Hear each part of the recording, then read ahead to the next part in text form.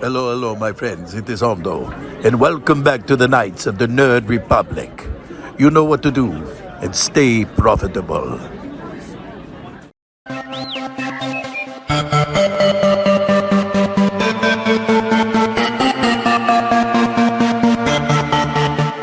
The Nerd Academy podcast is released weekly at 12 p.m. Eastern Standard Time, available on our website at www.thenerdacademypodcast.com and wherever you listen to podcasts. You can find the Nerd Academy podcast on Facebook, Twitter, Instagram, and YouTube. You can also help support the show by going to patreon.com/The Nerd Academy podcast, where every donation allows us to bring you more exciting content every week.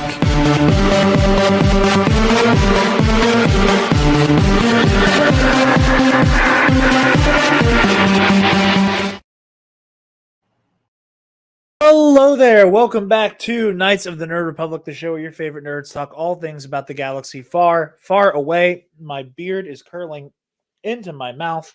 But I am not alone. We're here. We're talking some Mando. We're talking some Bad Batch. It's going to be a weird episode. You guys are going to get Spencer and I talking about mostly Bad Batch and then some Mando. And then you're going to meet the new member of the team, old friend of mine, Kason Breon, here to talk about The Mandalorian as well. The way schedules are aligning, this is going to be like a weird segmented episode. So we'll see how y'all enjoy it. But as I said, I am not alone. I am joined by Spence the Mando Simpson. Hello, everyone. Sorry, lighting is a little weird because I got this window right behind me. So, hello. I step in from the shadow, and then I'm back into the shadow, I guess. But I wonder if I could not clumsily kind of get myself spun around a little bit here. But in the meantime, while you attempt to do that, before we jump into the fun, give me a little wave. I'm muting you so you can move around a bit. And I'll just bounce you till you're done. But we are, you guys know this, you're sponsored by Sunday's Bloody Mary.com. You guys know the drill by now. SundaysBloodyMary.com has the most badass Bloody Mary accoutrement in the galaxy. They have their 2-time award-winning spicy mix, my personal favorite, my go-to, as well as their mild and traditional mixes, the traditional mix being a vegan blend. They also have some badass garnishes with their pickled dilly beans, okra, and asparagus, as well as some rim salt as well. So going over to sundaysbloodymary.com/shop, use code TNAP at checkout and get 10% off your order and help out your favorite nerds while you do it. Oh, look at him all moved around with so beautifully lit. I still have you muted. it makes a world of difference. Oh yeah, you look great, buddy. It's gonna be a big nut bust. Comment. Okay, this will be fun. Let's have a comment competition. Okay. What is that on my wall? I almost said it. That would have been the shortest comment competition in history. Here, I'll full screen you real quick. Continue to the point. What is this? Oh, sorry. I have no. There we go. There we go. It took me a second. Yeah, like I said, I've been in that room many a time, so I almost is very loudly and confidently. Oh, it's blank. Yeah, like I said, we're a little behind on our Bad Batch talks. We're gonna speed up on that real quick. Mostly talk about this week's episode, touch on the past couple, because I think they were really fun and interesting, and also get some Mando talk in there. But first, let's start with the Bad Batch. Spencer, last we spoke, it was our glorious 2-parter. Yes. If I'm not mistaken. Yes, it was. And I'm just going to, on my computer, pull up Bad Batch Season 2, just so I can remind myself what's happened since then. Okay, so it's fairly simple few. But they go on their mining exploration. They get the ship stolen. They get the ship back. And then this week, we saw a familiar scaly face in the Zillo Beast. Yes, we did. And it was a nice slow reveal, I think. I certainly was not expecting it to be So Zillo. You didn't have it spoiled for you by Disney Plus? No.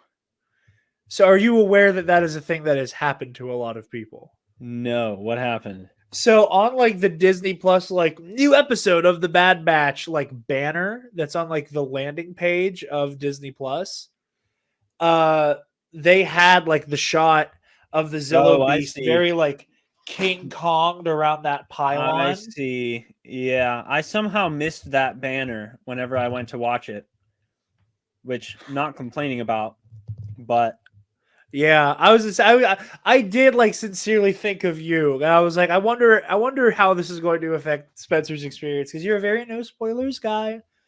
well, You go in as I cold like as possible for most I things. do like going in cold, and it has especially helped that I like never look at Facebook anymore.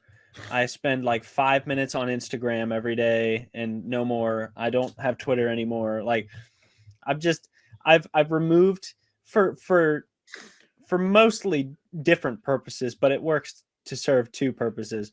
I've removed like all the spoiler engines from my life. And Yeah, so anyway, but let's do we want to start let's just do some basic thoughts the from prior 2 weeks. Yeah, yeah, from the prior 2 weeks. So um not bad, but not great. I it's thought the two episodes between the mid-season doubleheader and this week, I thought it was all right, but it wasn't great. I think the best part about um the most important parts about the episodes 9 and 10 from the lost ship arc were I'm picking up on a lot more Omega Tech bonding. Like they are like Tech is kind of a robot in a lot of ways, but I've noticed since Echo left that their relationship has gotten a lot stronger and a lot more personal and a lot more caring.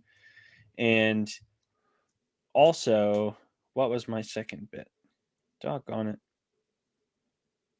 Oh, it's obvious. I don't like staticness. This isn't Knight Rider or like some other TV show or Batman. It's obvious that they're not going to be with Sid forever, and it's already on the decline, like big time. And so we got some yeah. I was development. super interested in that. Like, not to I've cut you off oh and man, like oh jump go back for to it. like but just before I lose this, I Connor and I were very lucky and fortunate. We got to be going Star Wars Explained a few weeks ago to talk Yeah, about yeah, the episode with Gungi, and we were talking about like the nature of their relationship with Sid. Like at some point, is Omega just gonna like look at Sid and go, "Hey, what are your thoughts on Wookiees?" and just call her out. And at the same time that we see this story happen with the Trandoshans on Kashyyyk, and apologies for like the weird light for video watchers, that is the sunlight coming through the green screen. I I'm like it. against the window. That's so Uh, weird. I know it's I love it. really it feels really weird looking at it. I love Uh, it. in between shows, I might try to plug that up, but anyway, it's so they're like you said, the relationship is so steeply on the decline, and then like it's immediately compounded by how flagrantly she acts when their ship is stolen. Yeah. She's like, well, you're on your own, and they're like, well, you don't get shit from us if we're on our own, so Hmm. you're on our own. Yeah. Help. you know so yeah, I am really liking watching their relationship with Sid deteriorate, and kind of get the payoff that yeah, no, Sid's a piece of shit. She might be like, I think we all as Star Wars fans are like slightly conditioned to be forgiving of the pieces of shit with a heart of gold, because they are abound in Star Wars. But I don't think Sid has the second part. I think Sid's just a piece of shit.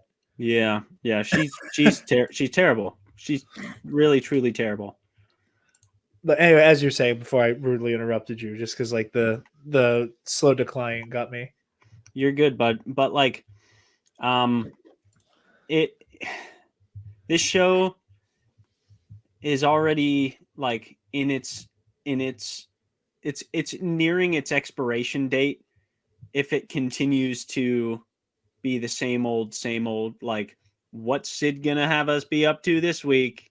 Like that very, going back to Sid, get the next mission, do the next thing. Like it's very the adventures of the Bad Batch.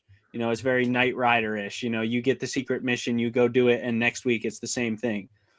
And even though, like, honestly, the most interesting parts of this show this season, and maybe even for the whole show so far, have had nothing to do with the Bad Batch. Like they've had nothing to do with the ensemble, like the main ensemble of characters. Like the most interesting stuff about this show is the stuff they stumble into, which isn't a great look for any TV show, especially a Star Wars TV show with the main, like there's some interesting dynamic changes happening within the squad themselves, but by and large, the squad is the least exciting, least interesting part of this show. And in some senses, I kind of hate that that's the case. And in other senses, I'm kind of here for it. Like I wish that we would see some more we'd see more of the Bad Batch themselves and see, like, have them be a bit more dynamic. Like we have seen hardly anything from Crosshair this season. And Crosshair brought the largest group dynamic tension in the entire series, and he's been in one episode. I think it's a really brave decision that they're playing Crosshair as close to the chest as they are, and I think I think it's going to pay off in a big way. I really do, and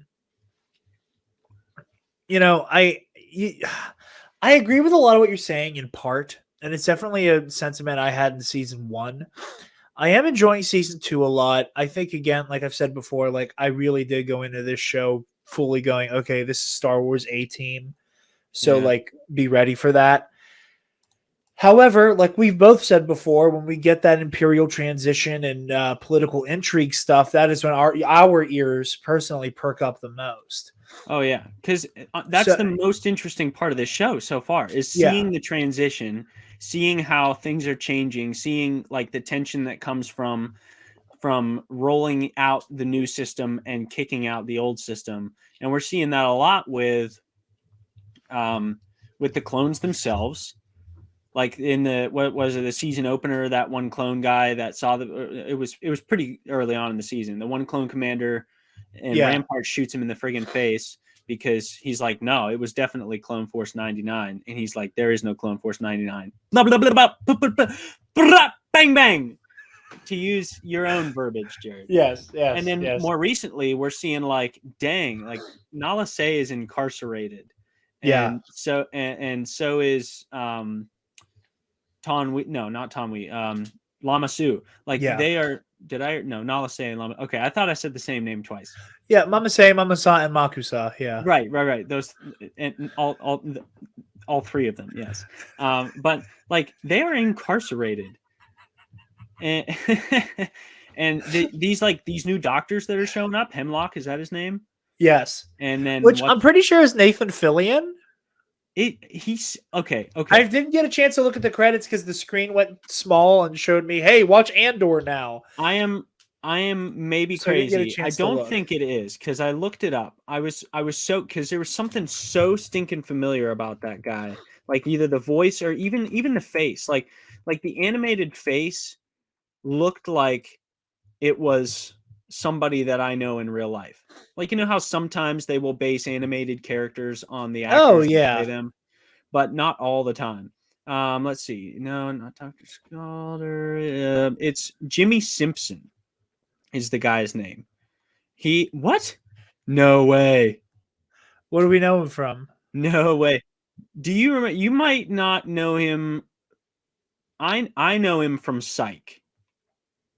Did you watch Psych at all? Not a whole lot of Psych. Oh my God, he's one of the McPoyles from Always Sunny, though. See, I know him as Mary from Psych. And oh my God, I did not realize it was a McPoyle. That's so funny. Even just looking at his face, on screen, I was like, there's something really familiar about this guy, but it's still it still isn't who I thought it was. Like I wasn't picturing Jimmy Simpson, but I'm still looking at this guy and I'm like, I definitely know this guy. But anyway, seeing the transitional stuff is so cool, which is part of the reason why I say, like, and I'm kind of sticking by this opinion. Like, the least interesting thing about Bad Batch is the actual Bad Batch. Like, it's more what the purpose it's serving for me, at least, is it is a window into the Imperial transition period. And there's a lot of really interesting things to unpack. There's a lot of really interesting stories to tell. And I love how they are doing this show, but it doesn't seem like the Bad Batch is involved other than as a vehicle to tell these other stories. And that's kind of disappointing. I'm still here for it because every week is something interesting with a key takeaway that's like, oh, dang, that's really cool. But for me personally, I haven't gotten a ton from the Batchers themselves. And I'm hoping then that changes, but we're like 3/4 of the way through season 2. And it still feels like this whole show is just a vehicle for other people's stories. Well, I will say, first of all, I think there's a good chance that is very, like, the point is that the point is for that to change. I think there's an argument that can be made that there's a reason why the Bad Batch can't help but keep running into shit that involves the Empire. Yeah. And that two of our anchor characters that ushered us into this story in Rex and Echo have both fully decided we're dealing with the Empire and how they're treating clones right now. Yeah. That is our concern. So I think maybe they might be heading in that direction. I also think, and again, this is just, how the human brain works, whatever.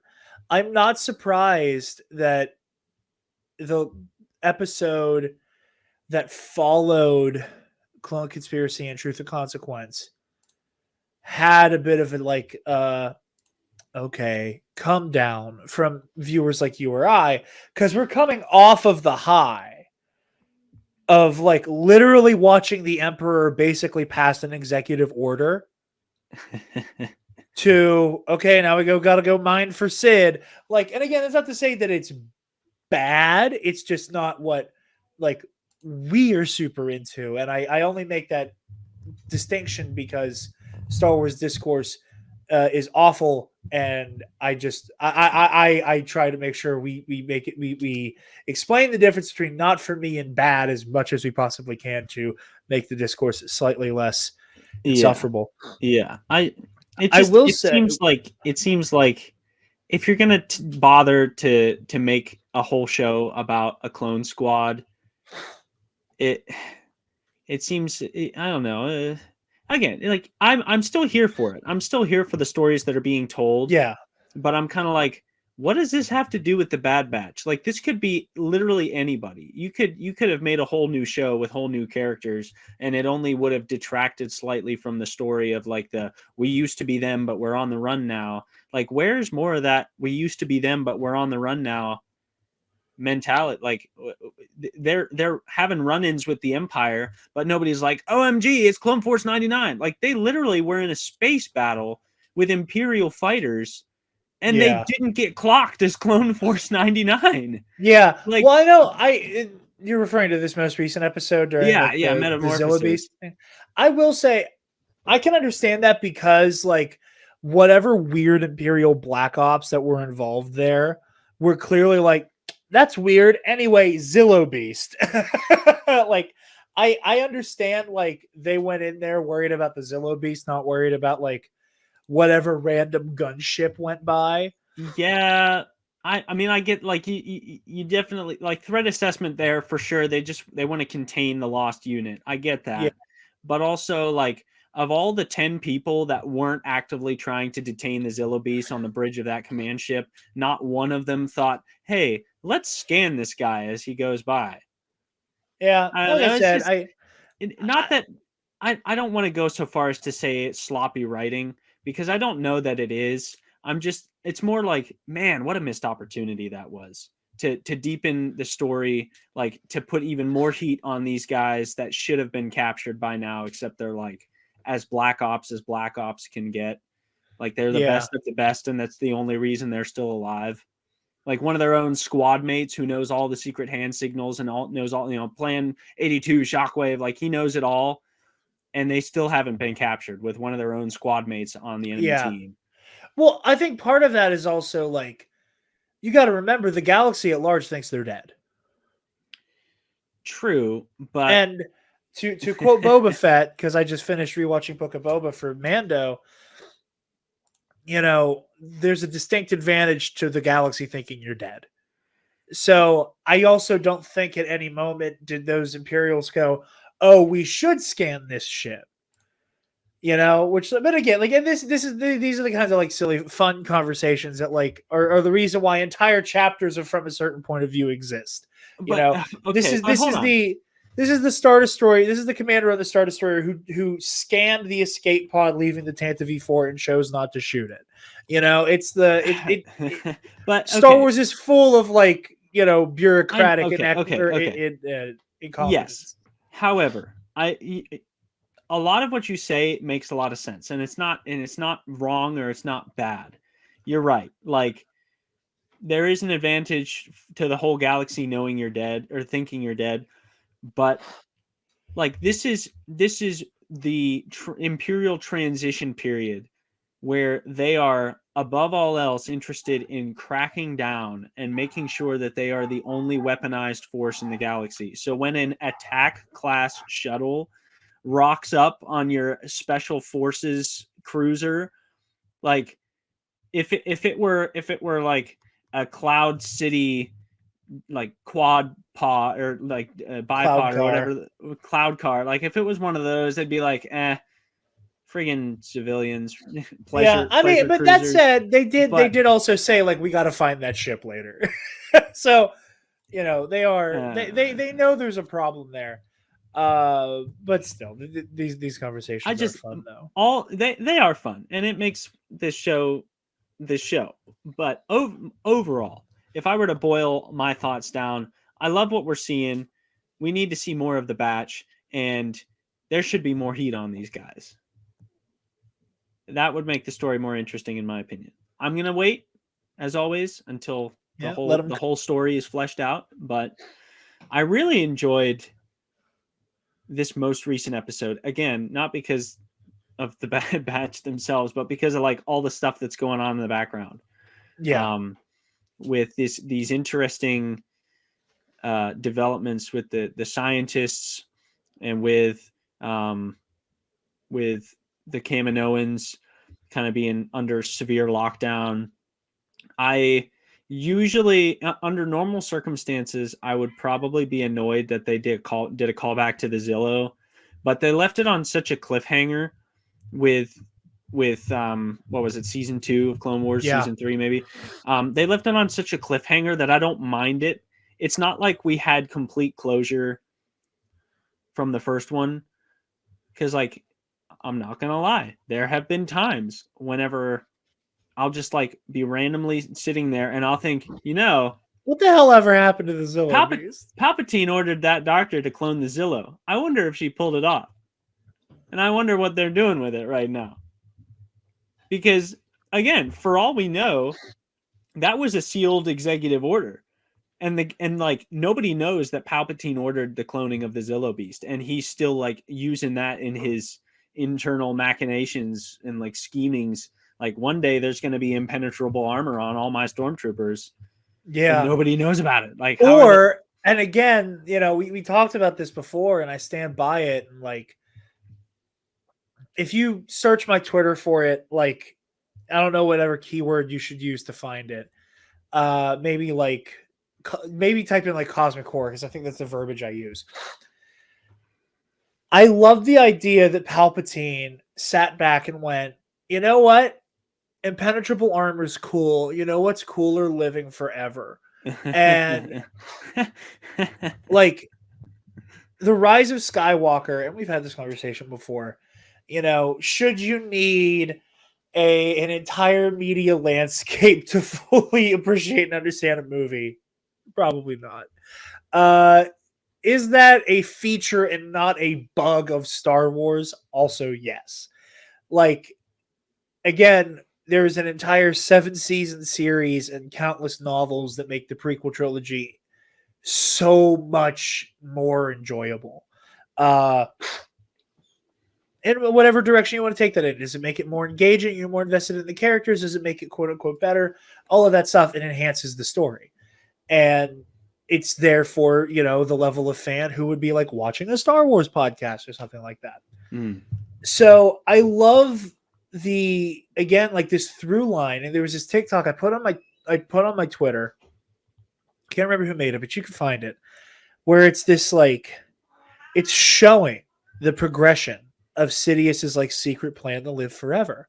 And it's so unsettling. Yeah. It is so scary that we're seeing his empire is born and it's in this beginning stages, and he is already working on what happens if shit goes left. And it's just so unnerving and creepy, and it's one of my favorite parts about the new canon period. I soften on the Rise of Skywalker. The more and more I think about it and watch it, it has its problems. I'm not going to argue whether or not it does or anything like that. But it's this element that just makes me love it so much. And something as horrifying as Sidious risked how many lives to clone the Zillow just to see if he could. Because I'm sure cloning a being as weird and complex as the Zillow is part of the process of, okay, can you clone Force sensitives? Go all the way to the Mandalorian, which we'll be talking about soon. Okay, the whole point of them operating on Grogu is to figure out how feasible it is to clone Force sensitives. Yeah. And, the M count, the difficulty of cloning midi-chlorians. That is so cool to me. And I love in this episode, again, it's the Bad Batch. They cannot escape their destiny that I think they're meant to fight the Empire head on. Like Rex and Echo. And I really do think that in this back chunk of the season, their decision to go, we're just going to tell Echo and Rex they need to figure this shit out, is going to turn into, hey, we figured it out, and we also figured out we need your help, so guess what? You're coming with us to Mount Tantus. So, yeah, I just am super, super into all of that.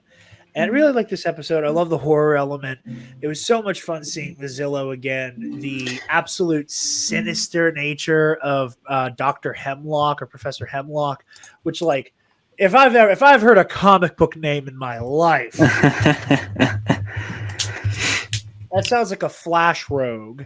Professor Hemlock or Dr. Hemlock, whatever the hell his name is, whatever his title is. But yeah, no, this episode was a lot of fun, and I really like the action in it. I also like the fact that it's one of the only times we've ever seen the Bad Batch just straight up cut and run. Yeah. I also just love the idea. They went, okay, we did all we can. They're here. We need to fucking go, guys. It's time to leave. I really enjoyed that. But real quick, to reference last week's episode, I also enjoyed that one a lot too. Because I again, one of the themes that I do really like that the show really gets into is seeing the way that the galaxy fell apart under the rule of the Empire so much because of a lack of solidarity and the deep-rooted corruptions of the Republic that entrenched itself so deeply throughout the galaxy now is coming back to bite them, because all of these corrupt individuals are thriving under the Empire. And they're now able to take advantage even more so of these individual power vacuums. Like the guy who was operating in the last week's episode, he was part of the Techno Union. No problem. Okay, Techno Union's gone. I have all of this to me now. Yeah. And the way that he's fully taking advantage of all of these people is, and when watching them rise up, seeing this workers' revolution, where they like literally just take this monster who's taking advantage of all of them and literally just throw him into the lava pits, you know. And it is that solidarity that the Bad Batch and the clones need more of. You know, the clones are not there for each other the way they should be. The people of the galaxy are not there for each other the way they should be. And it is what's leading to galactic ruin with the Empire. Which I do, again, just think is so fascinating and tragic. Yeah. I also, just because I feel like it would be a disservice to the creativity of the folks behind the Bad Batch. I don't think I have ever related to a cartoon character with one line the way that I related to Echo when he watched the Zillow like eat the electricity and then get bigger, and he was just like, fascinating. Because I'm like, that's what I was thinking. I was like, how Tech, cool is this? To correct you before the comments can, that was Tech. What did I say? You said Echo. Oh, did I? Yeah. Oh, that was silly of me. Yeah, Tech. Because like I'm watching this, I'm like, no way. That's like he eats electricity and he like literally on the spot gets bigger. That's so cool. Like that's so interesting. And Tech watches that and he's like, fascinating. And he's like, so Tech about it. Like that. I know that there's a part of Tech that really annoys you, but like that part of Tech, I was like, he was so cool in that moment. He was just like, this thing is about to get really out of hand. But can I just say, he's like, that is the first of all, that is the most I've ever related to Tech. Yeah, ever is it? Hold on, let him cook. Hold on. Like it was a very like Obi-Wan in the caves on Geonosis. You know, I wanted to see if it'd go through her nose. I will say vis-a-vis Tech, just because I feel an obligation to bring this up. I know a lot of people have been talking about, especially 2 episodes ago, the conversation Tech and Omega have. And I do really love that character development from them. And I really do like that moment. And I love that beat. And as somebody who's made a lot of fun of Tech, I do want to say, I know there's a lot of people who watched that scene, watched that conversation they had in that little like grotto area, and were very moved and very it felt very seen by the addressal, if that's a word, addressing and depiction of Tech being neurodivergent, basically, saying like I have, I am on the space autism spectrum, and as much as I love to jokingly take the piss out of Tech, it makes me really happy to see people feel seen with something like Star Wars. It is, we've always said on this show in all its forms, representation matters. It is one of the most important things about fiction and media. And this is why. Because so often, in really weird, and again, not intentional ways, you'll have neurodivergent or autistic coded characters be alien species or even just straight up robots a lot of the time. Mm-hmm. And there is like a sincerely dehumanizing, effect there that a lot of neurodivergent, fans of this type of media, take issue with it. Like it is kind of dehumanizing at its roots. So the fact that not only do they have, the fact that they lean on Tech going like, I miss Echo just as much as you. Just conversations about like the mechanics of change are different to me than they are to you. Again, I don't have a dog in that fight personally, because that's not a lived experience for me. However, seeing the way that a lot of other people like really, really, really loved that moment made me happy for them, and it not to sound condescending about the Bad Batch as a whole. It's far from my favorite Star Wars show, but people fucking love this show. And I've never quite gotten all of the hype, but it makes me happy that it's there.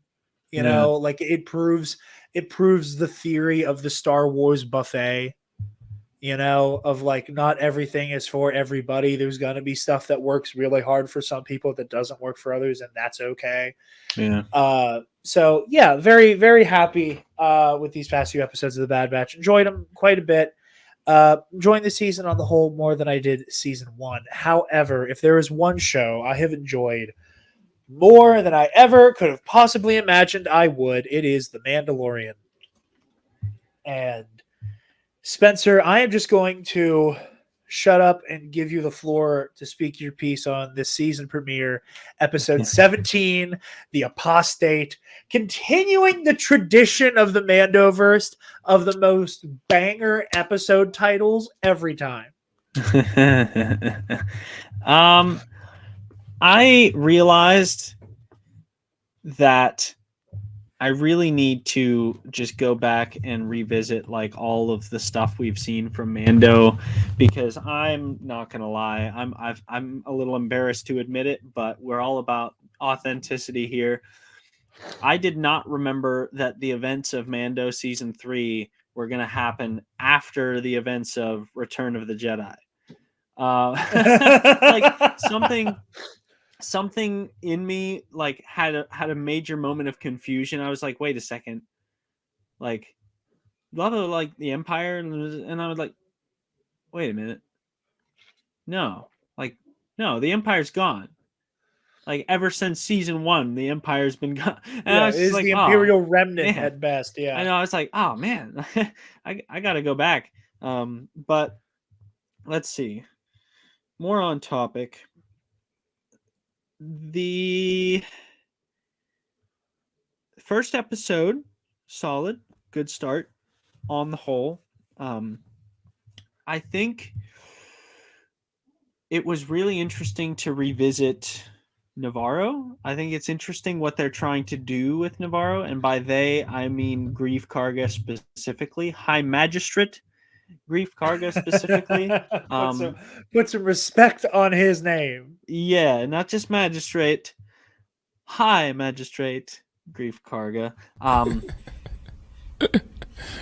Sensational. I think it's really cool what he's trying to do.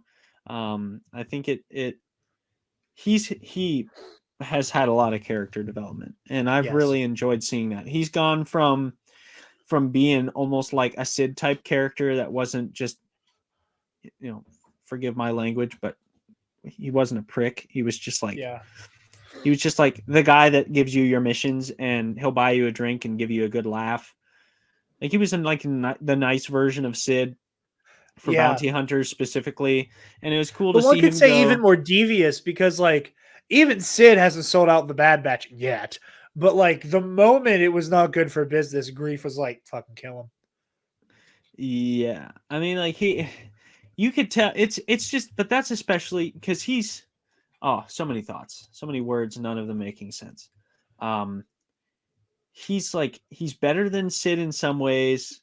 I think with Sid, it's just a matter of time. Like the Bad Batch is just convenient for her at the moment, and I think unless they really do a 180 with her character, which isn't out of the question, I think the moment it's profitable for Sid to give them up, she's given them up. And Grief did the same, even though he's like a more pleasant guy on the whole to be around, generally speaking. But we see him from being like a mercenary type character who was willing to sell out Din at the moment that it was convenient, to being somebody that teams up with him, to being somebody that he's almost like a Lando Calrissian type character, honestly. Yeah. But it doesn't There's some Lando in there. There's a lot there. Now that I'm saying that, I'm like, holy cow, why didn't I realize this sooner?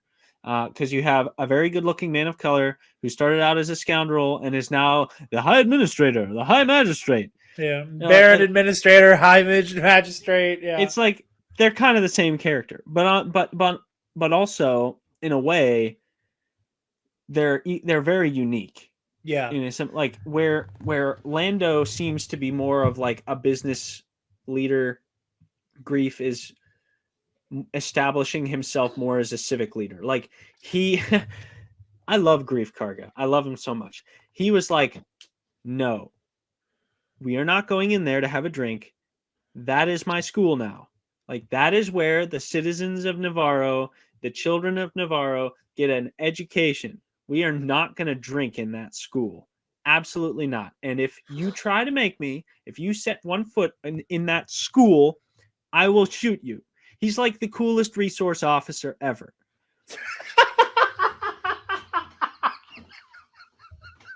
And he guns him down in the street. Like, well, Yeah. he doesn't gun him down, but he guns him away, right? And Yeah. and the two of them gun down the other four of those miscreants. But like, it was so cool. I was like, I love what they're doing with Grief Karga's character. He could have been remarkably static because season 1 Grief Karga was still cool. Yeah. But season 3 Grief Karga is like, I like this guy. I think he's really awesome, and I respect the crap out of him. I'm here for it. That's It my makes biggest me- takeaway from episode 1. It makes me really happy because, like, again, I rewatched all 3 seasons of television that would prepare me for this, right? So I watched Mando 1, Mando 2, Boba Fett. And I really do love the way that watching it's watching Grief see the way that Grogu has affected Din. It is seeing the way that Grogu, in his childlike innocence, saves Grief's life. And it is Grief watching this assassin droid that has been liberated from its violent programming give its life to save all of them, namely Grogu. That changed him. That fundamentally changed him. And you see that change in the moment he like shoots the 2 guys who are with him in the second to last episode of season 1, where he's like, this was a setup. We were going to kill you. This can't happen now. What do you want to do? You know, that like you see that change begin, and you see Navarro growing and you see it prospering. And it is one of Star Wars's mission statements so clearly in this visual medium. You can always be better. You can always do better. In that process, you're going to have to make uncomfortable decisions. And you are going to be indicted for your past. However, if you are committed to doing better and being better, better will come to you. And Grief has gotten to enjoy the spoils of treating Navarro better. You know, like he's like in the same way that, like, yes, he's a high magistrate. And he has, you know, like he has his cape that is so big he needs droids to carry it. Again, what's another way that Grief and Lando are similar? They are dripping all the time.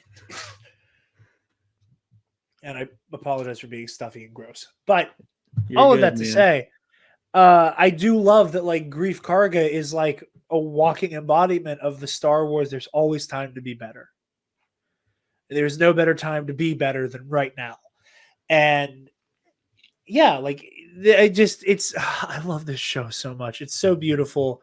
You know, I also love to like talk about the episode title, and I'm going to be talking about this with Kason as well. I love the Mandoverse episode titles because they're so fun and pulpy. You know, the prisoner from a stranger from a strange land. You know, from the desert comes a stranger. All of that is so fun. But I love this week's episode title, The Apostate, because it applies to everybody in this show. Din is the obvious apostate to, like, the Children of the Watch cultic outlook on Mandalorian culture. Obviously, this whole season is probably going to revolve around him seeking a redemption that he does not need, and like trying to de-radicalize Mandalorian culture. And Grief is like, in the eyes of the pirates, he is an apostate to this like thug code of the galaxy. Of might makes right. You take from whoever you can take from, keep taking and try to get away and get richer and richer and plunder. So to them, Grief is as much of like Grief is acting in like a form of sacrilege that is comparable to what the Armorer thinks Din is responsible for. He's like, you sold out. Yeah. You sold out. You sold us the out. easy way. Yeah. Like in like the way he's like he's like, I can't remember exactly how the Nikto pirate phrases it, but that like you commissioned murder and mayhem from us within those doors. Like, yeah, like Grief has walked away from this entire culture of violence and pillaging. And to the people who inevitably got screwed by him doing that, he's an apostate. He chose to reject the way of life that like almost faith in violence and might makes right. Obviously, Bo-Katan, who's like on the outskirts of her own like hyper specific sect of Mandalorian culture. I love this show so much. It makes me so happy. And again, like the pulpy stuff, these pirates. What was it like? Pirate King. Hold on. I want to get the name exactly right. I had it. That was so cool. That name. I was like, oh, this is the shit. Hold on. Pirate King Gorian Shard.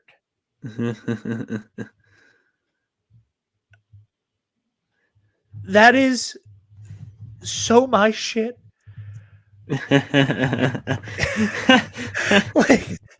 like the ship that's like from Legends. They believe in Legends. That same model ship was one of the Emperor's personal Star Destroyers or something like that.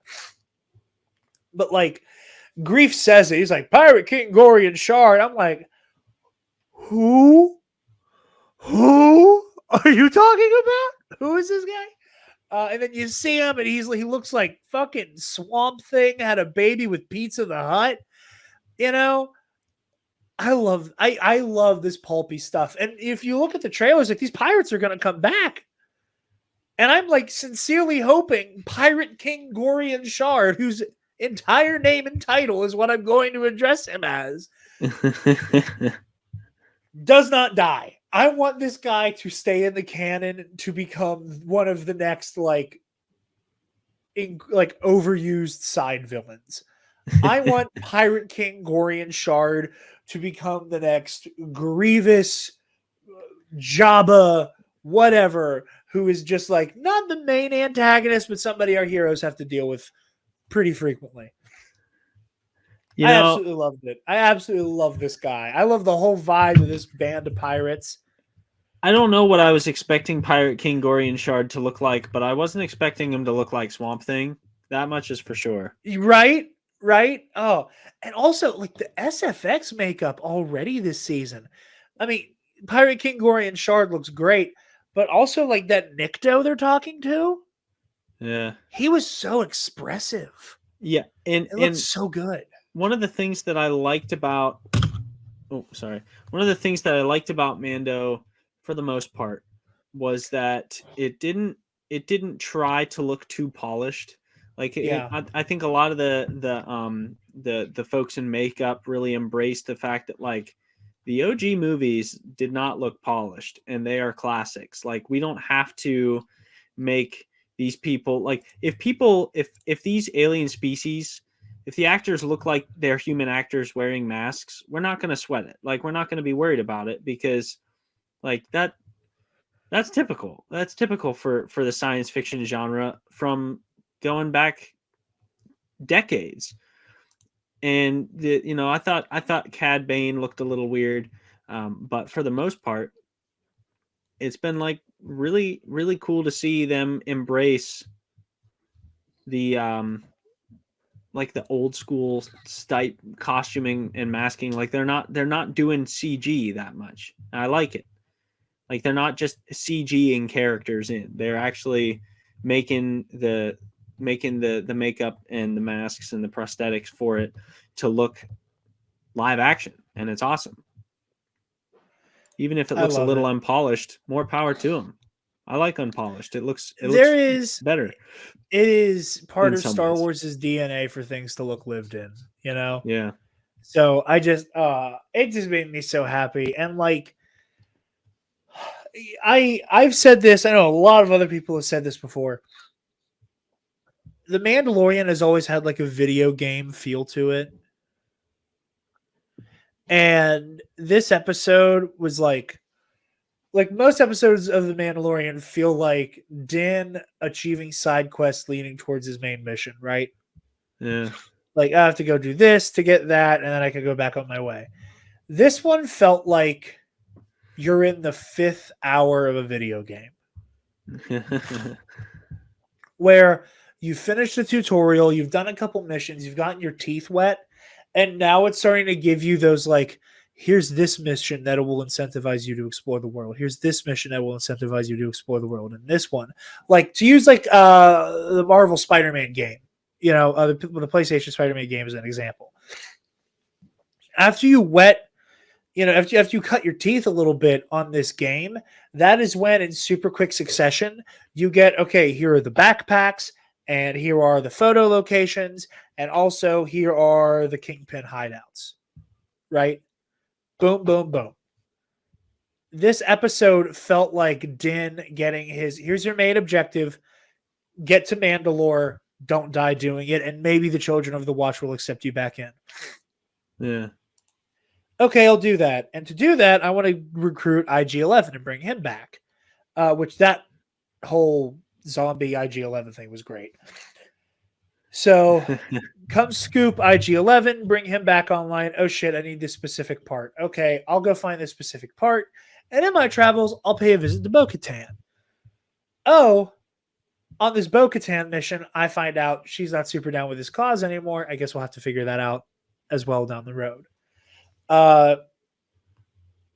So yeah, I really like that vibe. I made the mistake. I try to avoid listening to Force Center until after I record a review, because I know how often, like, we will be thinking similar things, and I will accidentally, like, go into an episode feeling like I'm plagiarizing Ken and Joseph. So I can feel better if I record and then listen to them, and I can go, okay, well, I know I definitely didn't unconsciously do it.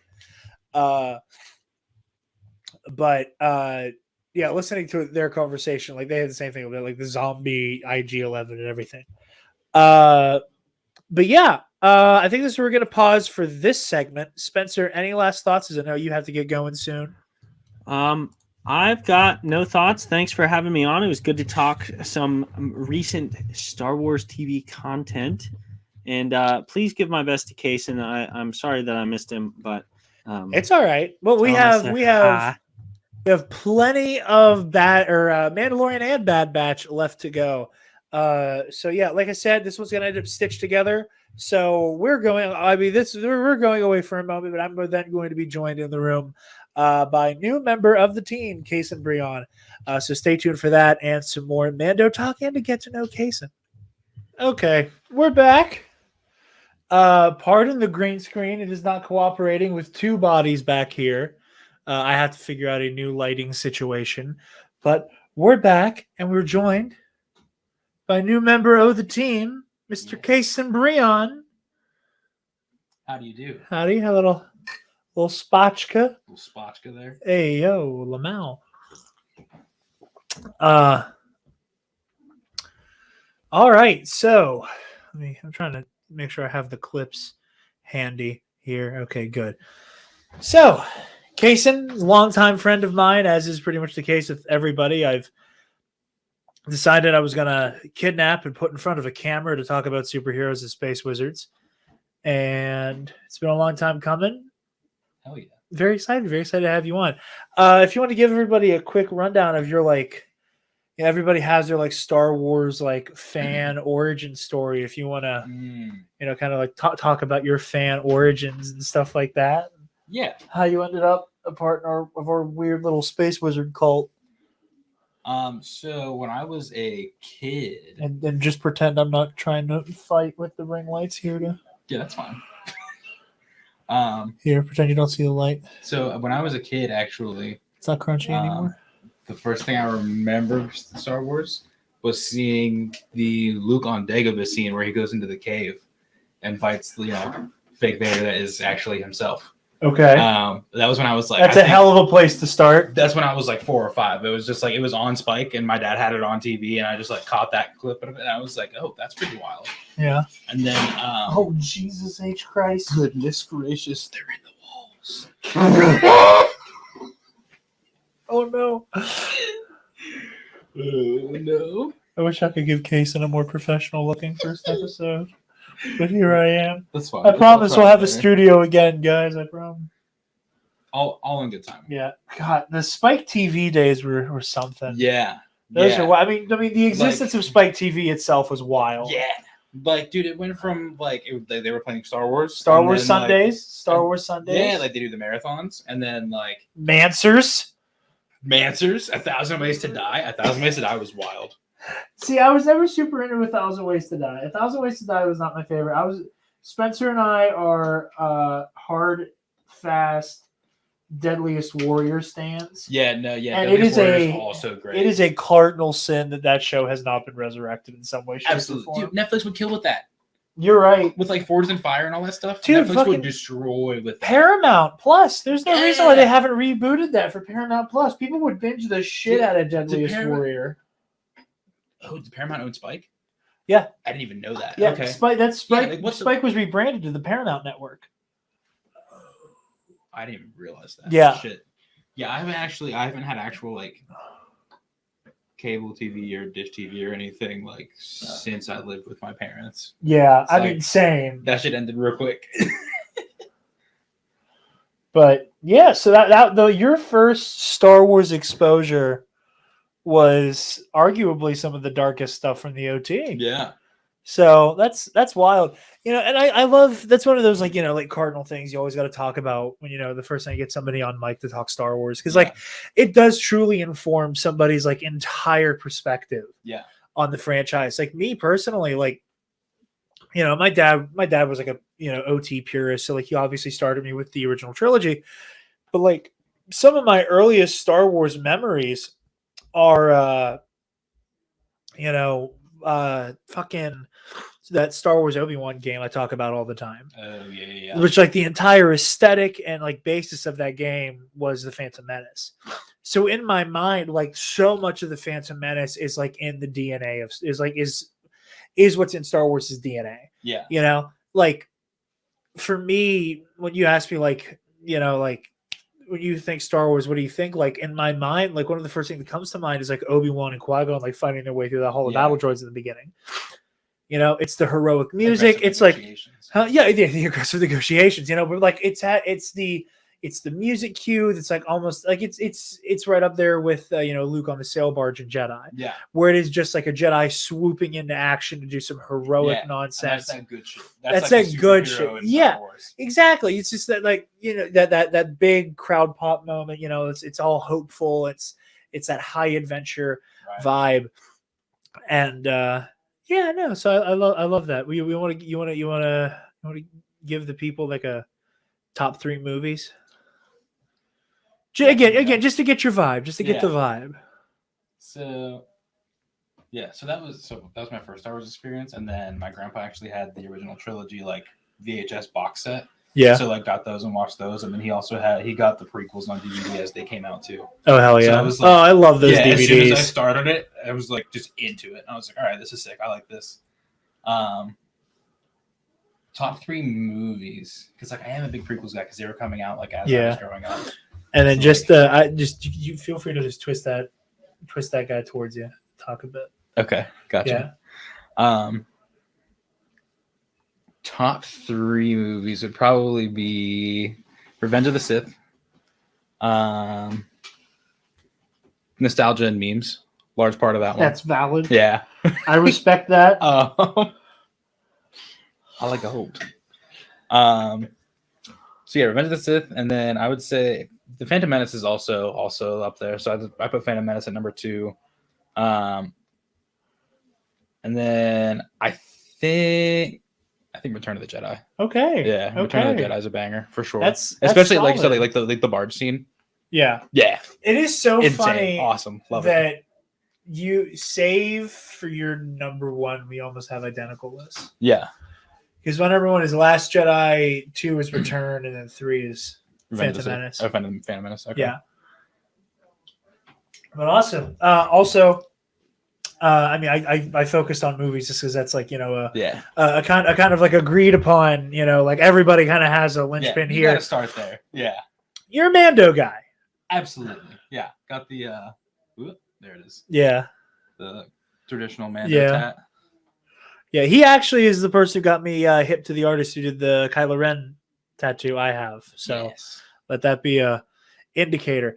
So Mando, up to the Mando verse of this, and then Book of Boba. Like, Absolutely. take us through your time with this show and series up to this point. I got to get the people caught up on like how to get into your head, so then we I can gotcha. really dive into conversation here. So like start to finish, like this like experience with Mando, like Disney Plus obviously launches. That was what 2020, 2019. Like yeah, right November before the 19. pandemic. Yeah, and it launches with Mando. Yeah. So then like, you know, everybody gets through like holiday season and everything, and into the new year with like Mando coming out and everything, Yeah. and then boom, pandemic hits. Like that's insane. So like they have to shut down filming and all that stuff. Whatever Yeah. gets delayed, you know, the whole spiel. But like, this like I think it was like released at a really good time, and it's such a good product that like Jon Favreau and Dave Filoni and the whole team put together, that like, especially for Star Wars people, like people that didn't really like Star Wars and they just jumped into Mando because it was the first thing that really came out on Disney Plus. Like everybody kind of like gripped onto it, and then like as soon as the whole pandemic thing happened, people were like, okay, let's like just roll through all the Star Wars stuff. Like let's like catch Baby back Yoda up. fever hits. Exactly. Yeah. Yeah, like the Mando's like I feel like it's rejuvenated Star Wars a little bit. Yeah. Over the past couple years, because like obviously like the sequel trilogy is like a very controversial subject for some people. Like some people hate them, some people love them, some people are just like, yeah, they're Star Wars, so it's good. Yeah. But I feel like Mando like came through as a really good project for Star Wars, and the kind of like was like, hey, listen, like I know, like we know some of you guys. There, it was a unifying force. Yeah, it was dicey there for a minute, but then like it kind of came in, and everybody was like, oh, okay, cool. Star Wars is this is Star Wars. Now we're back to the discourse being, you know, insufferable all the time about everything. And we'll never have a moment of respite ever again. I don't know. Maybe I'm cynical, but yeah, no, I have for a long time, for many people, been the like the crypt keeper of like people who are like, hey, like I'm getting more into Star Wars, and then like you know, because like again, like Kason and I used to work together. This is how we met. He used to be my boss. Yes, which is always such a funny thing to say out loud. Yes. It is objectively funny as shit. Remain ungovernable, but absolutely always. Kason would just pick my brain about Star Wars stuff, or like ask me about like, so like what about this thing or this thing, and I whenever people would like start to fall down the Star Wars rabbit hole, it was always like some of the most fun I'd ever have as a person, because I could then like just take them and just like point them in a direction, just go. Yeah, go have fun, kid. Go have fun. So like whenever I see Kason is like just with no guidance whatsoever, just jumping all the way in to the Mandalorian, I'm like, oh, I'm so proud of him. Look at him go, showing up with the Mando tat and shit. I'm like, oh, proud papa moment. Absolutely. Yeah, because like I always consider myself a Star Wars fan. Yeah. Like I knew obviously like growing up, like watched the original trilogy and the prequel trilogy and all that stuff, and like watched like some of the Clone Wars and stuff when it was on Cartoon Network. And so I like consider myself a Star Wars fan, but like I didn't realize how much more there was to it, like as Yeah. far as like the universe and like lore and all that stuff goes. So then, like when we became buddies, like anytime I'd see something, I'd be like, "Oh, that's intriguing." I'd be like, "Oh, I'm gonna go ask Jared about that," and that, ask Jared, and he's like, "Oh yeah, there's that thing, but there's also this whole slew of other things that you can also get into, and it goes so deep. Yeah, You can spend days, if not weeks, just checking this out." And I Yeah. was like, "Oh, wow, that's insane." Yeah, I did Kason the service or disservice. That depends on your definition of either. Of hipping him to how easy it is to just accidentally be on Wikipedia for like 8 hours, just reading entire data entries, Yeah, and then still be like, oh, that's neat. Blue link, blue link, blue link, blue link, blue link, and then there's like 1,000 tabs open. yeah. And you've now caught up on like 18,000 different books of lore, or like Exactly. novels worth of lore. Come at it after 3 days with your eyes all red, and you're like, Yeah. Oh, seriously. I know everything. And I accidentally did that when I was a kid. Yeah. I was a wee laddie. With that, like my complete encyclopedia. And then, Yes, that reminded me actually. Yeah. There was a book that was in the library at school when I was a kid. I literally just remember this like 2 or 3 days ago. It was like one of like the DK reading books where they like break like the whole like Yeah. down. I love the visual dictionaries.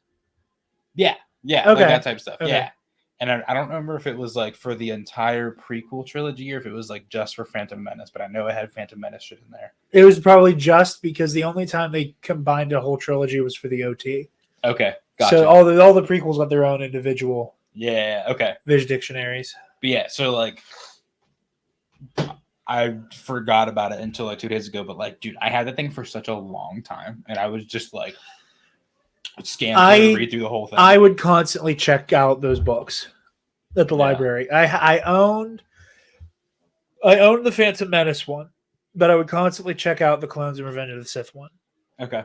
Because they were, obviously those ones were had like some of the first soirees that are talking about like the 7 forms, which is something that like I very like glommed onto. And then the Revenge of the Sith one was cool. There wasn't a whole lot in there that I was like, oh wow, this is crazy, except for the fact that it had a cross section of Grievous's brain. Really? Of like, it doesn't show you anything else behind the helmet or behind the mask rather, but they have like his brain with like a bunch of microchips and shit in it. That's wild. I know. I fucking love Star Wars. Dude, Star Wars is fucking insane. Like, especially because like when you're a kid, you're like, oh yeah, like this is just super cool.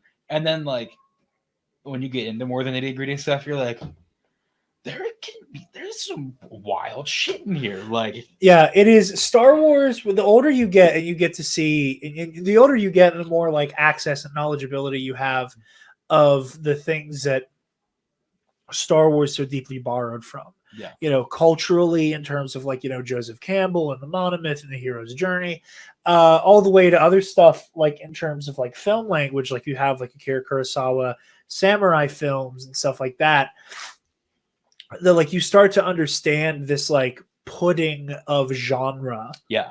That is Star Wars. And I think there's something to be said for the fact that I think different people gravitate towards some of the different intergenre of Star Wars. Yeah. For example, like The Mandalorian, which we're going to start talking about here soon, like is so very much like the pulpy, like action adventure, side of it.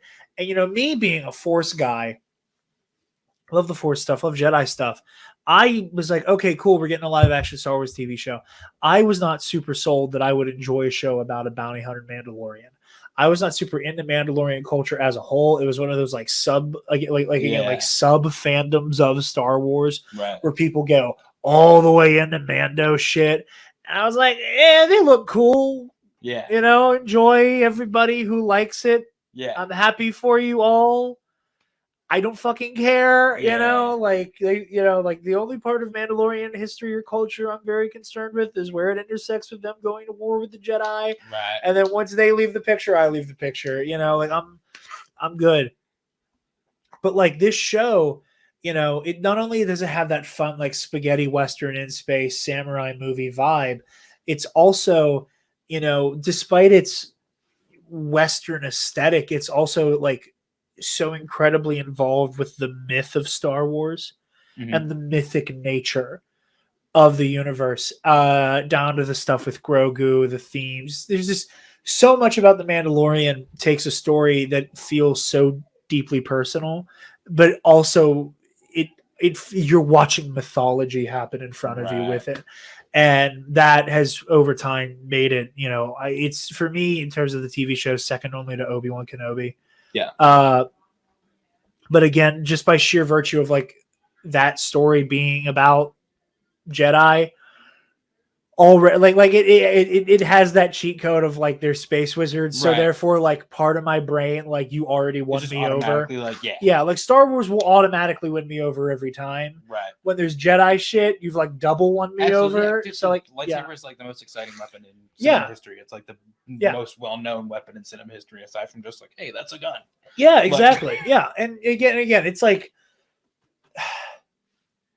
something I love talking about with Star Wars is that and again, your mileage will vary. Whatever you prefer to talk about is what you would prefer talking about.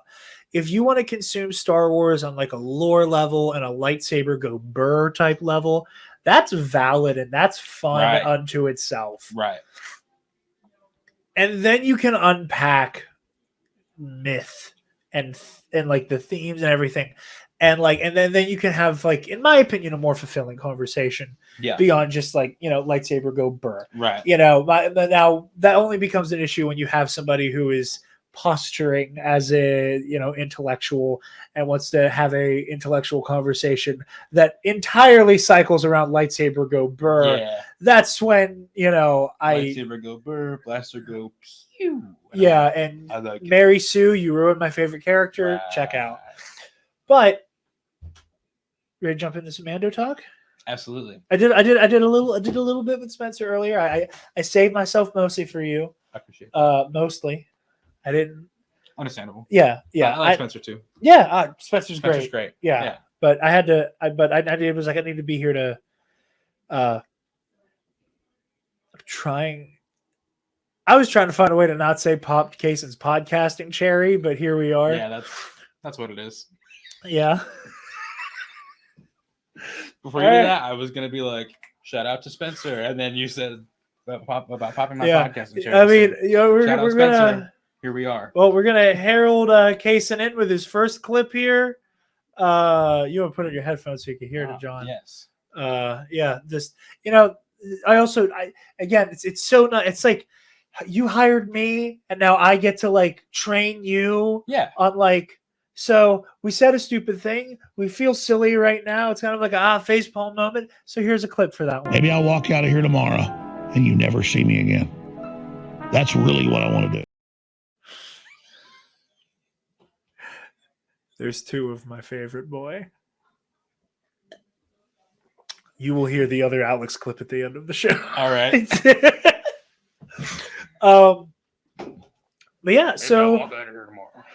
Maybe I'll walk out of here tomorrow. and you never see me again. That's really what I want to do.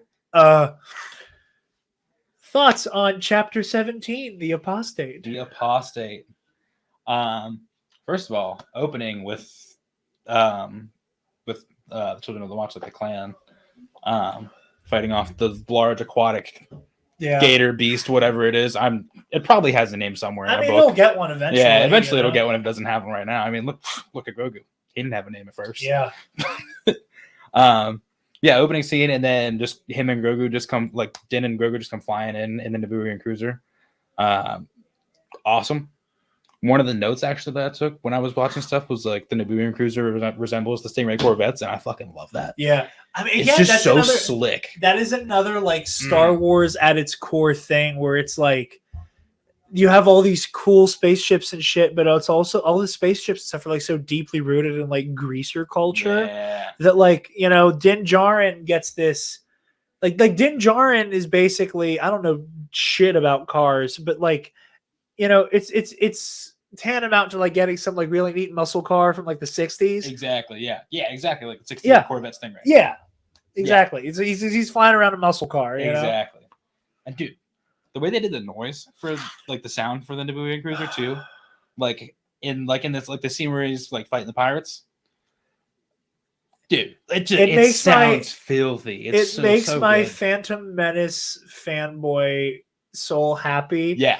To hear like again, it's because it's all that sound design of like Doug Chang and so many people who worked on the prequel trilogy are also still working on the live action stuff. Right. So like hearing that same like pow when the missile fires, like it just right. It feels like home. It feels like home. Also, if Anakin had not Vadered and got to retire one day, dude, he could have just built a Nabooian cruiser like that, just to go for joyrides in. He could have just done that, but he spun right into that hellfire. Right into the hellfire. Spiraled down quick. Anyway. Spinning, not always a good trick. Yeah. R.I.P. Annie. He's not okay. He's not okay. Yeah, the Apostate, like I said, opening scene where like Din and Gogo come flying in the moving cruiser and just like fuck up this big aquatic gator guy. Awesome. Super cool. Also, the way that Din it goes to the armor and it's like, I'm gonna rejoin your fucking club, and she's like, no, you're not, and he's like, the hell I'm not. She's like, the planet's dead, it's poison, it's fucked, it's over, we're done here, and he's like, nah, not me. That fascinated me, like it is the first time, and I said this earlier in the earlier chunk of the conversation with Spencer. With the Force Center podcast, one of the best Star Wars podcasts out there, Joseph Grimshaw, Ken Knapsack. And I try my best to not listen to an episode of Force Center before I record my own episode. Yeah. Because there will be a lot of shared thoughts, but I can sleep at night knowing I'm like, okay, I didn't intentionally plagiarize Ken and Joe because they cranked this shit out faster than I can. So to accidentally plagiarize them. I feel like this is the first time we ever got like a real emotional bead off of the armorer. Yeah. She sounds upset. She sounds disappointed. She sounds betrayed. Yeah. And I love that, like, the Children of the Watch is so fascinating to me because, I've seen a lot of people who have some type of like religious trauma, who have like been de-radicalized from cults and stuff, talk about like how similar they are in nature, and this feels real. So this whole idea that the only way to come back from like this ultimate transgression, at least in the eyes of the Children of the Watch, is at current impossible to them. Right. It almost feels like that's the point. Right. The point is you cannot go back to Mandalore. You cannot bathe in the waters and the mines because you would die doing it. So either you comply with like the cult's rules, or kill yourself, or you die in the process, or we just cast you out and you really, whatever. So seeing the armorer get kind of backed into a corner with that sarcastic, "This is the way." Yeah. Like, fine, go do it. Yeah. Do it. Because she seems so miffed by it. And like, obviously, part of that is like, this again, apostate to the Children of the Watch is walking around with the Darksaber. Yeah. This, and I think that there's going to be interesting conflict between Din and the Armor and Din and Bo-Katan. Yeah. Because. Well, also, was it Paz Vizsla? Yeah. Yeah. I think him too. Yeah. Because like, he's already challenged him for it. Yeah. Once. He feels ancestrally entitled to it. But like seeing, the Armorer, I think, is frustrated with Din's having the Darksaber for similar reasons to Bo-Katan. But obviously, like, as far as the Armorer is concerned, Mandalore was destroyed, and because of their weird religious fervor, she views Din's having of the Darksaber, as problematic. Like, okay, a child of the Watch has the Darksaber. It's just one who we've cast out now. Right.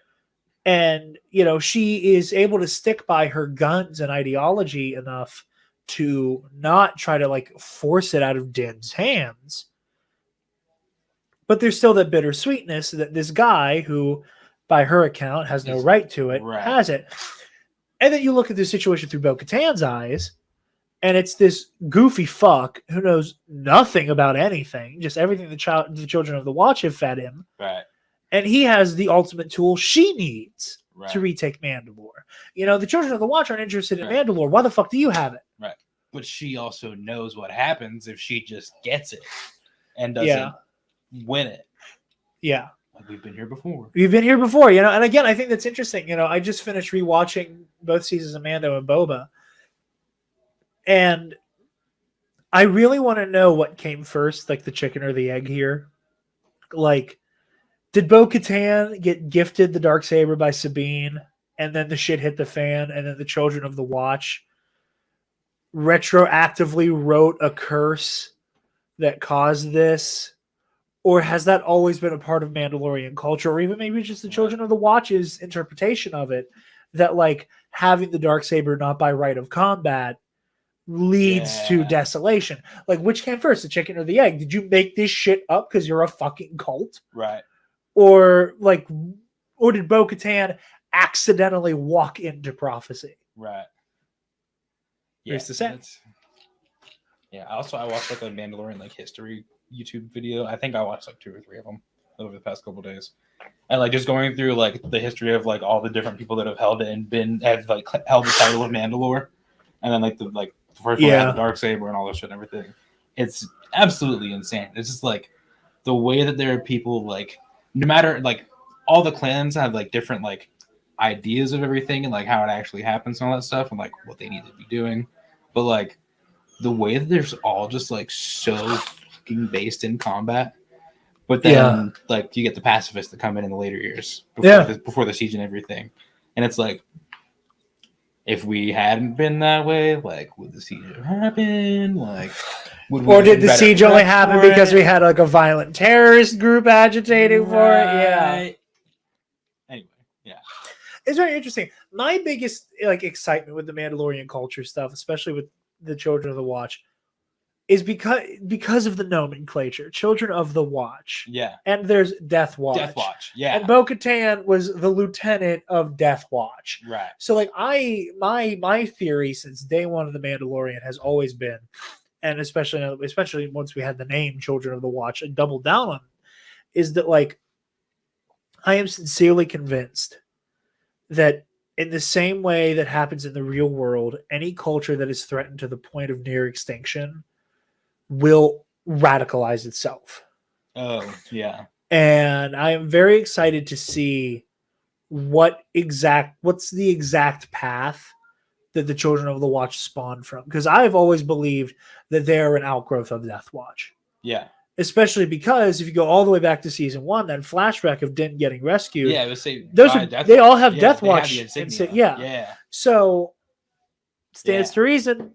Yeah. Oh, absolutely. Yeah. Yeah, no, that's 100%. That's like the things that like I was seeing, like anything that I like looked up, researched, like when I was watching back through it, all that stuff, I was like, oh, okay, so that's definitely Death Watch, but like how is it Death Watch? Yeah, like where, like what exactly happened here? Like, is it just like some of them that broke off? Is it like, okay, like this, like Mandalore has been destroyed, we're just what's remaining, so we can no longer be Death Watch, we'll just be the Children of the Watch? Like, yeah, I mean, there's definitely something to be said for like, and I've always liked the idea that the Children of the Watch are the people who stayed militant, who stayed very, territorial, who were probably descendants of Maul's Mandalorians, like the Mauldalorians, as the fans often call them. That like those like, and they further splintered off because that's where you end up with people like Gar Saxon like throwing into the Empire, where like like that group of people just kept whittling down and whittling down and whittling down and whittling down until you have a group of ultra militant super commandos who are here to like militant in belief, not necessarily like military who have this like religious extremism about the Mandalorian creed that is just like you've just controlled for the most extreme of the extreme of the extreme of the extreme to be the only people who don't break off, who don't leave when Maul takes over, who don't become Imperial super commandos, who don't just break off to become a bounty hunter, who don't. It's just this like condensing and condensing and contracting until you are left with only the most radical of the radical, who then will put themselves in their own pressure cooker of radicalization that will then continue to make whatever their most radical shit is even more. Just keep leveling up. Yeah. And then, oops, all cultists, you know? Yeah. Oops, all cult berries. Yeah, oops, all cult berries. But Kason did the thing that I always say I'm going to do and then don't, and he has notes. Yes. Like stuff from my rewatch and also just like researching stuff and just like, recapping everything Mando over the past few days. First one is from first couple from the first season. Oh, so we're going back. Okay. Yeah, just like little things that I noticed. So the first one is like, so the way Din we were talking about the flashbacks earlier. Yeah. The way Din Djarin has PTSD at the Forge and not in actual battle. At least not that we see. I just thought that was an interesting tidbit. That's interesting. I've always wondered if he's having a PTSD flashback or if it's like him reflecting on his getting here. Yeah. Like he's like doing, like getting like in the Peace Forge. But either way, to reflect on that is him to relive a traumatic memory, Second one just says, I miss the Razor Crest. Yeah, R.I.P. Razor Crest. R.I.P. Razor Crest. Good shit. And then in the first big fight scene, where he goes to collect Grogu for the bounty and runs into the IG unit. Yeah. And just immediately, IG unit just is going absolutely batshit crazy, and he's like, "I must self-destruct." And Din's like, "Shut the fuck up. We're gonna do the damn what do you thing." mean? Yeah.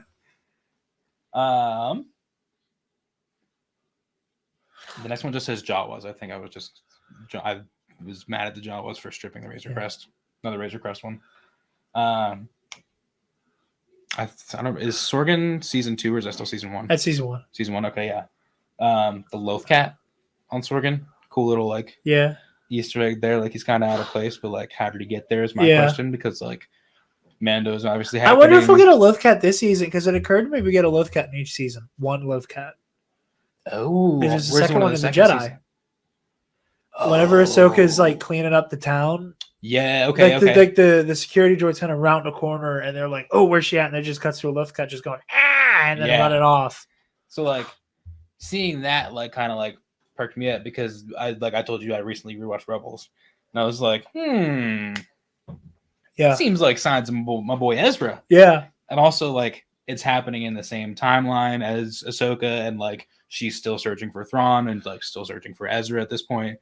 And then also, obviously, in the newest episode, like with the hyperspace scene, like with the Purgle. Yeah, like you see the Purgle there, and it's like, oh, okay, so like we're bringing this into live action. What I think is really interesting with the Purgle, and I cannot wait to unpack this more as time goes on. Absolutely. Is that I want to know, first of all, if Din were awake in that scene, would he be able to see them? Would he have seen the Purgle? Or was it Grogu being able to like feel the Purgle? Force, yeah. Did he feel the Purgle's presence? Conversely, is that Purgle? Is it just like a cool like, hey, looky, these exist. Look at the Purgle. We're in hyperspace. It's just Or is it foreshadowing? Right. Like, because I think there's a way to look at this where Grogu is seeing something that may not actually even be there. Right. But like. It's like through the Force, he's seeing it's like a wonders of the Force thing. Yeah. That I part of me really hopes. Yeah. That like he's seeing he's seeing visions of the future in some way. That he's seeing like there are Purgle, there is Thrawn, there is Ezra. Like these things are coming. Theory. Okay. All right. So. Jedi Temple, Razor Crest gets blown up. Yeah, Boba Fett and Fennec Shand show up and everything. Yep, that whole thing. Is that? Or wait, did he find Ahsoka that way? No, or is it not really like so? Because he was in the middle of doing like Ahsoka sent them to Tython. Yeah, that's what it was. Okay, so anyway, theory: what if Force connection like? Okay. I found this on the web for what if. Check it out. Shut up, Siri. Anyway, what if like Force connection like pings Ezra, Yeah. and then like when the Dark Troopers collect him, like just gets cut off, and then I don't know. I mean, I don't know. I'm spitballing straight up. I think he said Yoda. Grogu's moment on the Seeing Stone on Tython, I do think he connected to Luke. Now, I do think it's reasonable to say that he may have like perked the ears of other Jedi who are out there. But I have a feeling Ezra is going to be found by Ahsoka, and because he needs finding, he is not somebody who is like readily accessible. I think that like over time, like Grogu's connection with the Force is healing. Right. And again, like look all the way back in season 1. He cannot use the Force in any real way without becoming immediately exhausted. Fair. Cut to this episode, he's force pushing himself to spin the chair and like force pulling the jelly bean. Yeah. Like he is readily using the Force. That's fair. You know, like, and he does some like pretty impressive stuff with the Force at the end of Book of Boba Fett. Yeah. And he doesn't tire until he like force pushes part of the Scorpion droid and then like puts the Rancor to sleep. Right. So like that was a lot of stuff for a little guy until he tuckered out, compared to like, you know, a little force push and then right. So like I said, I think there's something happening where just the living Force is communicating to him like something is coming. I got you. That would be. I really hope it's like foreshadowing for the whole. Because I mean, like we're getting the Ahsoka show too, and like that has to be what that's about. Like in this timeline, and like in the episodes of Mando that she was in, like she was asking about Thrawn. So like obviously that's still her goal right now. So like, what is the situation there? Right. Yeah. Anyway, I'm excited for Ahsoka now.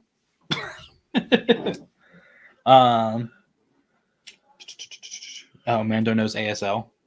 Yes, communicating with the Tuskens. Tuskens on Tatooine. It's so cool. I love that shit. This one was just like a highlight thing that I saw, possibly Syndralic in the trailer for season 3. So Syndralic, yeah. The Syndralic stuff with the trailer. This That's is where I pick your brain about it. This is okay. So this is something I'm going to be like annoyingly actually about. Okay. Not at you, but just in general. In the security hologram footage Obi-Wan sees in Revenge of the Sith, Anakin is killing Syndralic. Right. Anakin's fighting one of Syn's like trainees, and you can see like clearly he moves to cut him down next. Yeah, like you can see Syndralic's face. Yeah. So I'm hesitant to say that Syndralic is one of the Jedi standing guard in front of Grogu. Yeah. And that's kind of where my brain went with it. And that he gets gunned down in front of Grogu. Yeah. Now, that said, we all know that like when there's stuff you can shoot all at once, they like to do that. They just got done shooting those flashbacks of Hayden as Anakin in the temple. Right. And there's a shot where there's a bunch of Jedi and there's a door getting cut open. Right. Could be Anakin. Could be a bunch of clones cutting down the door. We don't know. Right. So could you still make it work within the canon that Syndralic is killed by Darth Vader during the sacking of the Jedi Temple? Yes. It could all still work. Right. I'm hesitant to say that's Sin. It'd be really fucking cool if it was. I'd like it to be. I've even seen people spitballing that it could be perhaps a flashback to the Darksaber being stolen. Oh. And that it is deceptive editing in the trailer that is making us believe that that's Grogu watching Order 66. Okay. That makes sense. All right. So all of them on the table. All of them on the table. We'll see as time goes on. Where was the Darksaber? Was it in the Jedi Temple on Coruscant? Yep. Okay. Yep. Yep. Like the either Death Watch itself or like one of Death Watch's precursors are the people who sprung the Darksaber from the temple like thousands of years. Okay. Not like thousands of years, probably, you know. Time in Star Wars is a funny thing. Yeah, it's real weird. But yeah. Yeah, I think. I don't know if I actually have anything else. Oh, yes, I do actually. The next thing was, I said, well, then accept Grief Karga's offer and maybe get in some golfing lessons. I'm glad you got that. Yes. I'm glad Grief Karga wasn't there to see the gigantic alligator Yeah. feasting on a bunch of Mandalorians. Yeah. That's for sure. I just like, there's this viral tweet going around this week that just Star Wars fans fucking suck. And it is because some people love the power fantasy of a laser sword, but are so unwilling to engage with the fantasy element. Yeah. Like, there's this clip going around. It's the scene in season 2 where Din and Boba go to recruit Bo-Katan and Klaska Reeves in the finale. Like, they go to that bar. And it's just like the goofy high fantasy dialogue. Yeah. And it's like, this is so much fun. And someone tweeted that clip and they were like, nobody talks normal in this show. Nobody talks normal in this fucking franchise. Yeah. Kiss my entire ass. Nobody talks normal in this show. Like, it's so stupid. But when Grief Karga was like, oh, you'd be landed gentry, I was like, yeah. Use that Middle Ages fucking term for owning land. I love this shit. Yeah. It's the high adventure. The pirates, like this was how the Spencer half of the show ended, was just me gushing over, again, I want to get the name right, Pirate King Gorian Shard. Yeah. If I've ever heard a Star Wars name in my life, it is Pirate King Gorian Shard. I love that shit. That is so High Republic. It makes my face itch. I love it so much. And he looks like Swamp Thing had a fucking dirty love baby with like Pizza the Hut and Old Greg. Like, I didn't say Old Greg the Spencer because I knew he wouldn't get that reference. That's so funny. Tell me I'm wrong. No, tell me, look me in my eyes and tell me I'm wrong. Doug? Am I wrong, Doug? Oh my god, I love it so much. But anyway, the action of this episode was great. Yes. Before we lose the plot, and I just start gushing about Pirate King Gorian Shard for the next 30 minutes again. It was a lot of fun. So this is really specific. So for my dad, I got him for Christmas that one Empire Strikes Back Roosevelt. Yeah. And on it, because it's like the same art as like the Burger King glasses.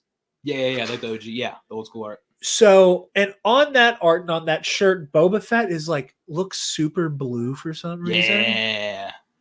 There was and his yellow is like super yellow. It's like, but it's like a dark, like burnt orange. He's like a Teen App DeLorean kind of. This is the way. It's the way. Yeah.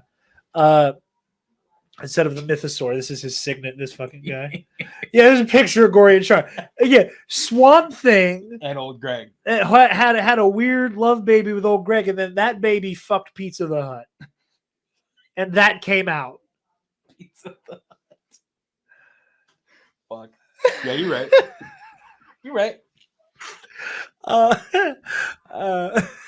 What's the Old Greg thing now?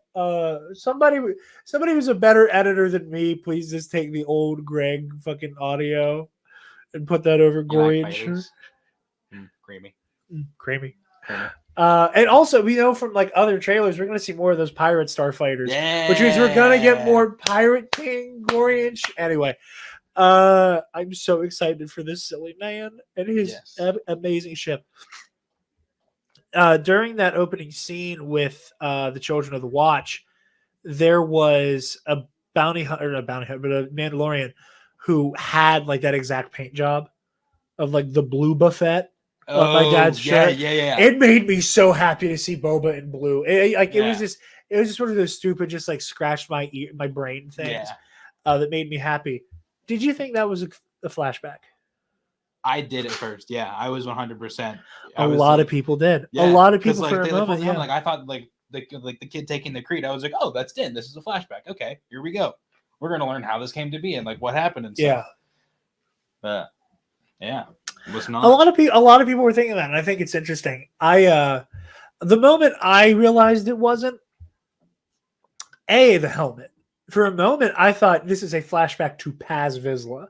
That's where my brain went. I thought that's how far back we were going. Okay. For a moment. And then I realized that it's like likely Paz's kid Ooh. because the helmets are almost identical. Yeah, that's fair. I didn't even think about that. So my Alright. whole thing, and she doesn't make the kid say his name. So I Do don't they think we normally know. when they do the creed. I don't know. We don't know. Oh, okay. But I'm just saying, like, we didn't hear. I don't think we heard the kid's name. Yeah. Correct me in the comments if I'm wrong. So I mean, that would make sense because, like, I mean, like, the obviously helmets they were still, so similar. Paz was all the way up front. They're like looking at each Yeah. other. I just That's it interesting. continues to make the children of the watch more and more unsettling. You know, Yeah. like it's That's the other thing that I'm interested to see too is like obviously like if that's the first episode, like this season or at least the first couple episodes are going to be about getting to Mandalore and trying to get to the was it the Living Springs, like the wells, living yeah. wells, yeah, the living waters, Yeah, in the mines of Mandalore. Yeah, so like that's like it's either going to be like the whole season is spent on that, or like at least the first few episodes are spent on that. So like, well, that's the other thing is like, and it's one of my favorite things about the Mandalorian and Star Wars, like marketing in general, is that they are so good at keeping all of the trailers condensed to like the first episode or two. Yeah, go back and watch the trailers. It's all almost everything. First one. Almost all of that footage is from this episode. The next episode will probably be some of the next bits of footage. Mm-hmm. I think the only thing that might even be in episode 3 and back is going to be Grogu's potential Order 66 flashback. But even then, even then, again, deceptive editing could be at play there. But yeah, I'm so pumped. I'm so excited to see where this season goes, especially because like I really hope. What I'm really hoping is that Din does not. How do I put this? I'm really hoping that Din does not realizes he does not need redemption. Yeah. I really do want to see Din move away from this cult. Yeah. You know? And it makes me confident that that is the direction they're moving in because they are doing so much to show them as being, you know, as radical as they are. Right. And then on the other hand, you have like on the other end of that stick, you have Bo-Katan, who like seems like she doesn't even fucking take being a Mandalorian seriously anymore. Yeah, you know, it's interesting. We were talking in the first chunk. You know, the episode title, "The Apostate," applies to all of the characters in this episode.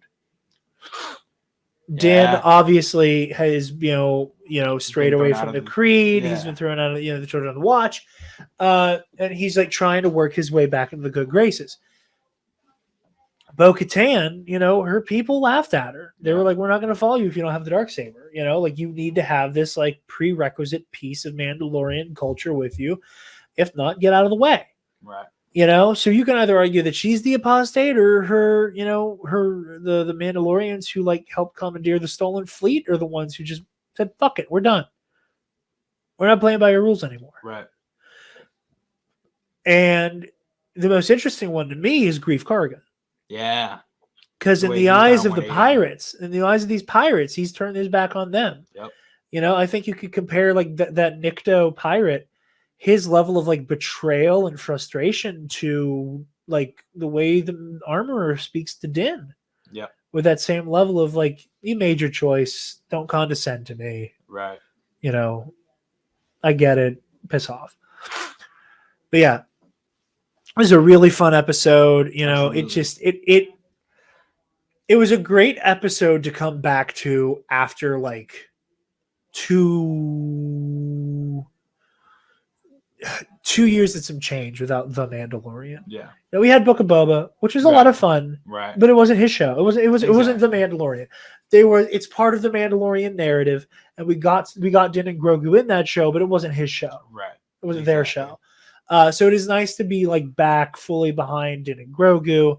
It was just a fun adventure of an episode, and you know the rest of the season, like going anywhere. Yeah, I'm excited. It has to be super pumped. Me too. Like it's just like the way seeing where everything goes is going to be super interesting, and like you said, like with Din like going on this journey to Mandalore, and like that being his main focus at this moment, at least, as far as we know. like, what is he going to, like? First of all, what is he going to find on Mandalore? Like, is the whole planet, like, is the whole surface crystallized? Like, is there a way into the mines at all? Even like, is there anybody there? Yeah. Is there anything there? What's going on with that? And then also, like, in that journey, and depending on what he finds when he gets there, and what is going on with the Mandalore situation, if Mandalore is fucked, basically, to put it frankly, like, where does Din go from there? If he can't go back to the Children of the Watch, like, does he try to join up with Bo-Katan and the gang? Does he try to, like, bring the gang back to Bo-Katan and him? I have seen people, and again, this would be, in my opinion, really bold. Yeah. I've seen people speculate that the shot we see of Din in the trailer where he's standing with those like multicolored Mandalorians in the desert. Yeah. He's wet. Is what? He's wet. He's wet? Oh. Which means he could get baptized again. Waters. Okay. Well, not just the waters on Mandalore, but he could get baptized for like a similar ceremony as the kid again. Okay.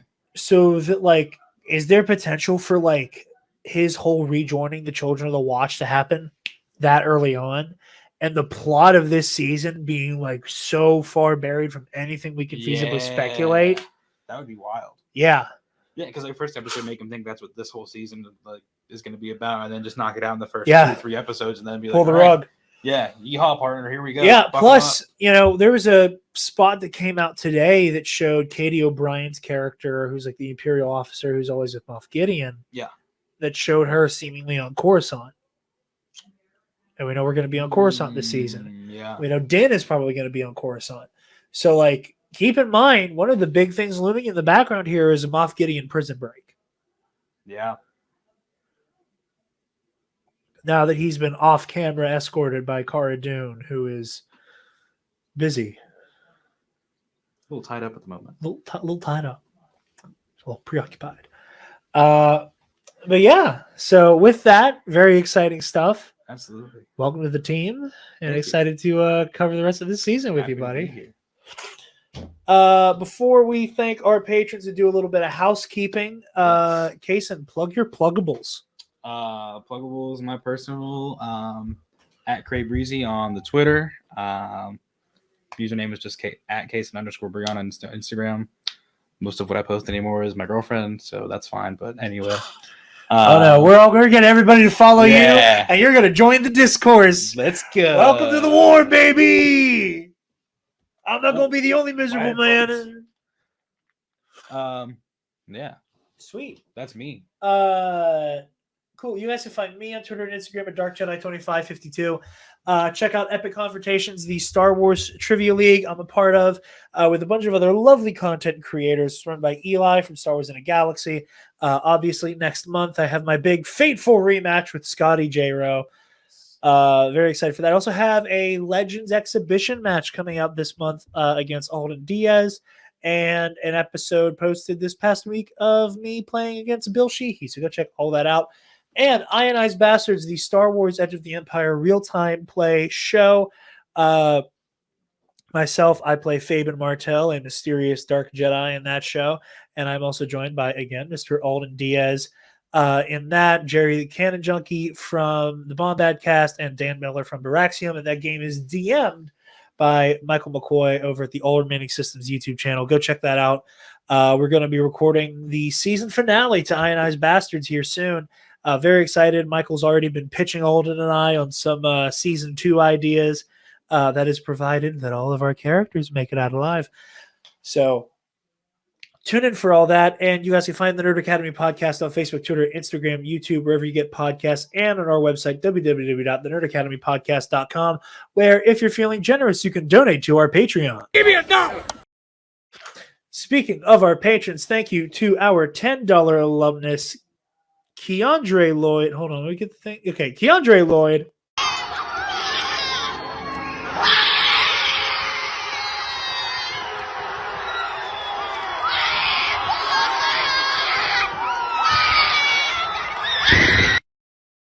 Yeah, somebody did a backflip. So again, origins is my favorite thing is new people. I get to explain like the background of most of these clips. So Keandre, we see he was watching live Okay.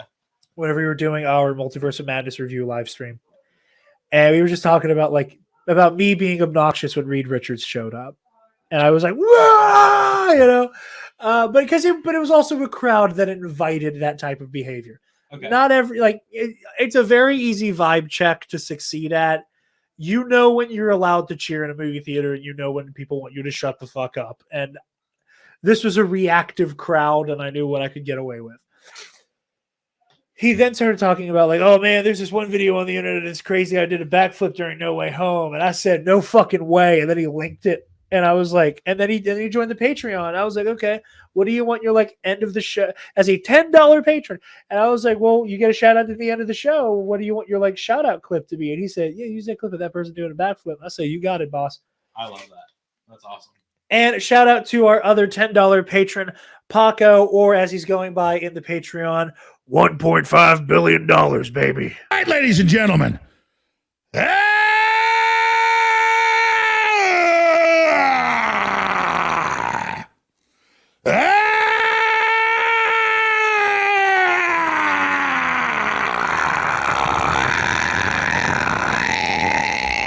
From the front lines of the information war, it's Alex Jones.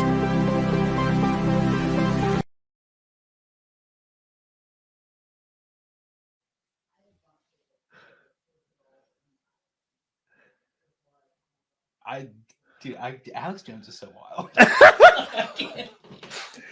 The way he literally just, You gotta listen to Knowledge Fight, man. Change your life. oh my goodness. Oh yeah, I still check that out. Goodness, I need to get on that. Yeah, Paco listens to Knowledge Fight too now. Okay, all right. Yeah, I'm spreading it by contagion. Yeah. Listen, God picked me to make people do one of two things: listen to Knowledge Fight or wear funky shirts. Yep. And I'm doing a really good job at getting people to do one, if not both. Hell yeah. I'm wearing the monkey shirt so far. Yeah, he's Roosevelt's pilled. I was like, because I knew Kason was like, ooh, wait, Kason has some Mando Roosevelt's. He might wear that over, but it's super green. I don't think it'll work. Yeah, the old green screen back here. Yeah, which is already not cooperating with. Okay, it looked like it got completely not crunchy at all for a split second. Was it, I don't know. Yeah, it's the way it's something to do with the way our shadows are